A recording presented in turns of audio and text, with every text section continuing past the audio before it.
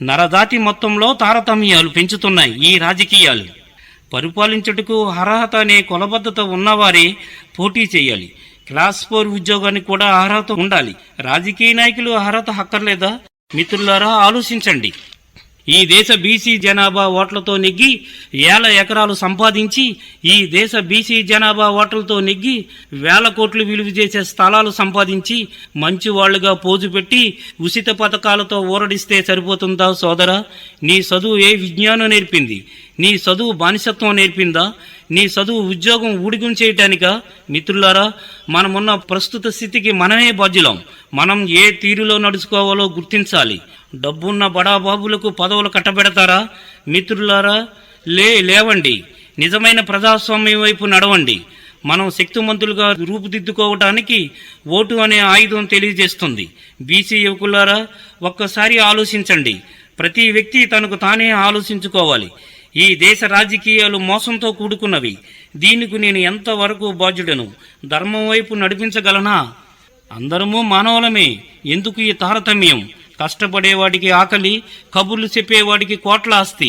ఓ యువరక్తం ఉన్న యువకుల్లారా, మీరేమీ చేయలేరా? స్వప్రయోజనపరుడికి కోట్లు దాచుకునేవాడికి మీరు ఓటు వేసి సహకరిస్తే మనకి ఇక్కడే నరకం కనిపిస్తుంది. మానవుడు అబద్ధమాడవచ్చు, అయితేనే. మానవుడు డబ్బు దాచుకోవచ్చు, తప్పులేదు. మానవుడు మేడలు కట్టుకోవచ్చు, అయితేనే.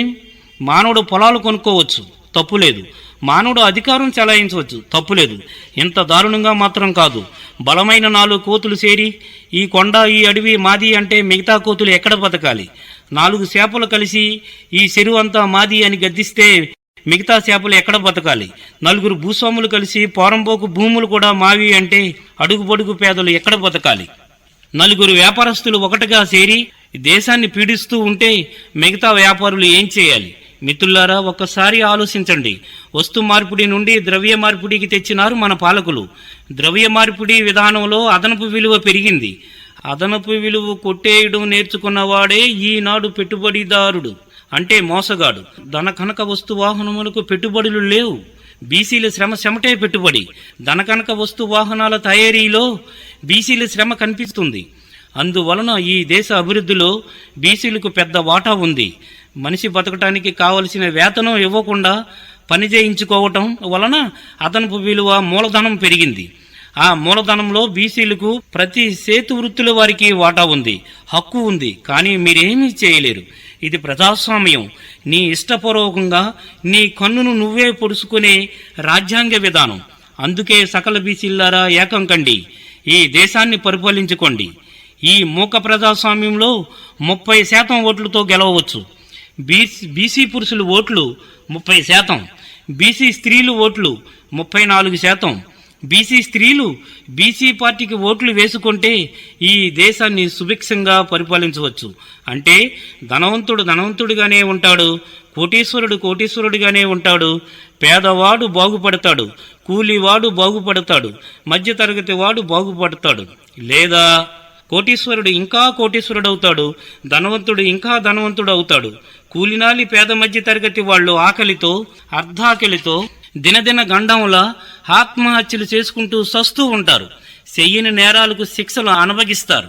జీవించటం కోసం రక్త సంబంధికులు నిత్యం కలహించుకుంటారు. యువకులైన మిత్రులారా, లేవండి. నా రాతలు ఎంతవరకు నిజమో ఆలోచించండి. బీసీలకు అధికారం రాకూడదా? బీసీలు పరిపాలించలేరా? బీసీలకు ఆ సత్తా లేదా? బీసీలు కులవృత్తులు చేయడమేనా? యువకులారా, ఒక్కసారి ఆలోచించండి. పిరికి వాళ్ళు ఏమీ సాధించలేరు. ఒక్క అడుగు వెనకకు వేసినంత మాత్రాన అధిక ధరల నుండి తప్పించుకోలేవు, అవినీతి నుండి తప్పించుకోలేవు, అవమానాల నుండి తప్పించుకోలేవు, ఆపదల నుండి తప్పించుకోలేవు. ఒక్క అడుగు వెనకకు వేసినంత మాత్రాన సాధించేదేమీ లేదు. జననం మరణం లేనిది ఆత్మ, అనంతమైనది ఆత్మ. ఆ ఆత్మవే నువ్వు. ఆత్మ స్వరూపుడవు కాబట్టి బానిసగా జీవించకు. ఓ బీసీ సోదరా, లేవండి. బానిసగా జీవించడం నీకు తగదు. లేచి నిలబడు, ధైర్యంగా పోరాడు. ఒక్క అడుగైనా ముందుకయ్యి. ఏమైనా రానివ్వు, పోరాడు. ప్రపంచమంతా మనకు ఎదురు తిరిగినా నీకు న్యాయం అనిపిస్తే పోరాడు. మరణం అనేది సహజం. ప్రతి జీవికి ఎప్పుడో ఒకప్పుడు తప్పదు. మనిషి జీవితానికి కావాలి స్వేచ్ఛ.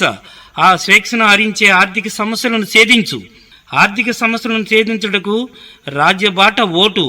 ఓటు ద్వారా సాధ్యం. నీ ఓటులో ఉంది చట్టం, నీ ఓటులో ఉంది మిలిటరీ, నీ ఓటులో ఉంది అండమాన్ జైళ్లు, నీ ఓటులో ఉంది ఉరితాడు. నీ ఓటు ఏమైనా చేయగలదు. లే సోదరా, యువరక్తం నీలో ఉంటే మంచి పరిపాలన సాగించటకు నడుం బిగించు. ఆకలి బాధలు అవసరాలు తీరకే అక్కరకు రాని పనులు చేస్తున్నారు కొంతమంది. ఆనందంగా జీవించాలి అనే తపనతో అడ్డమైన పనులు చేస్తున్నారు కొంతమంది. డబ్బున్న వాటికి వత్తాసు పలికే ప్రభుత్వాలు ఉన్నంత వరకు సగటు మానవుడికి నరకమే. సగటు మానవులు అంటే 190 మంది సగటు మానవులే. సకల బీసీలారా ఏకం కండి, ఈ దేశాన్ని సరైన మార్గంలో నడపండి. మీ సేయి తగిలితే ధన కనక వస్తు వాహనములు పుట్టుకొస్తాయి. మీ సేయి తగిలితే తిండి గింజలు పండు పొలములు పుట్టుకొస్తాయి. మీ సేయి తగిలితే కూరలు కూర ఆకులు జలజల పుట్టుకొస్తాయి. అటువంటి మీ చేతులు మంచి మంచి చట్టాలు చేయలేవా?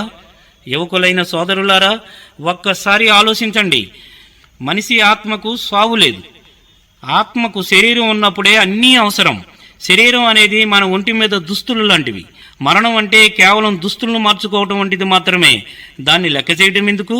నిన్ను తరుముకొచ్చే కుక్కకి నువ్వు ఎదురు తిరిగితే అది నిలబడిపోద్ది, లేదా నువ్వెంత దూరం పరిగెట్టినా అది కరవక మానదు. నిన్ను తరుముకొచ్చే కోతి నువ్వు ఎదురు తిరిగితే అది ఆగిపోతుంది, లేదా నువ్వు ఎంత దూరం పరిగెట్టినా అది నీ మీదకు ఉరకకుండా ఉండదు. అందుకే నువ్వు ఎదురు తిరుగు. బలమే అమృతం లాంటి టానిక్. అవినీతి అహంకారం ఊరకై పోదు. దాని తల్లి ఏర్లు రాజ్యాంగ చట్టాలు చేసే ప్రజాప్రతినిధుల హృదయాల్లో ఉంది. సకల బీసీలారా ఏకం కండి, ఈ దేశ రాజకీయాలను మార్చండి.